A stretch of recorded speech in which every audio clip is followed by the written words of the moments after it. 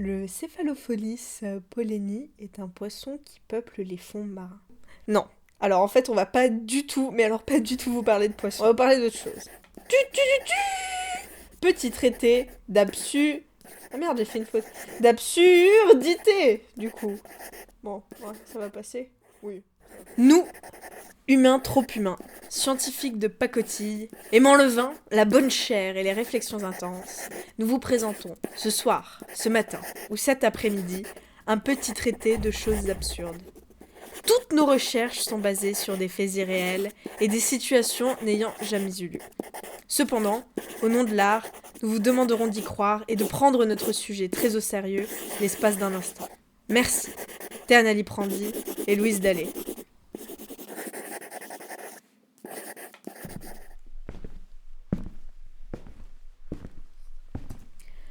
Lorsqu'on attend le bus, le temps nous semble se rallonger. Le temps est plus long lorsqu'on est dans l'attente. On regarde le temps passer. Rousseau, il pense que le bonheur, c'est l'atemporalité. C'est-à-dire que lorsqu'on parle avec un ami, on ne se rend pas compte que le temps passe. Ça veut donc dire que la temporalité a fonctionné.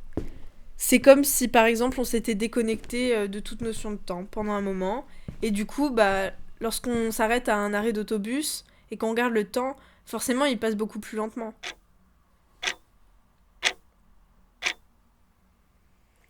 Puis il y a d'autres trucs aussi, par exemple, Desproges dit quand on plonge un corps dans une baignoire, le téléphone sonne.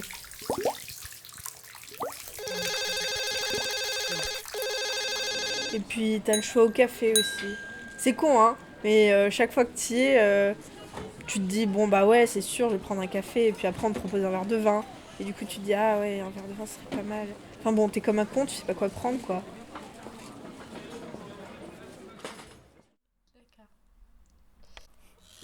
Puis il y a une autre théorie qu'on aime bien, c'est celle des chaussettes qui s'échappent. Tu sais combien de chaussettes on perd dans une vie? Non.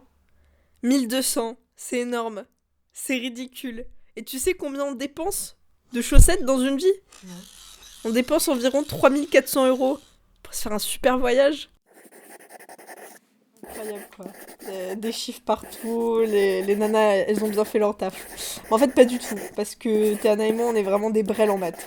Et ça depuis pas mal de temps. Non, on a voulu faire un peu scientifique, mais la vérité c'est que on s'en fout totalement. Nous ce qui nous intéresse plutôt c'est une autre théorie. Celle sur la lévitation félino-tartinique. Ça c'est super intéressant, parce que si t'as un chat, tu vois il tombe d'un côté, et la tartine beurrée elle tombe de l'autre. Du coup on s'est dit, si t'es dans une cuisine, t'assembles un chat avec une tartine, forcément ça va faire un effet de lévitation, c'est obligé. Du coup on a testé, ouais c'est vrai que ça marche plutôt bien quoi.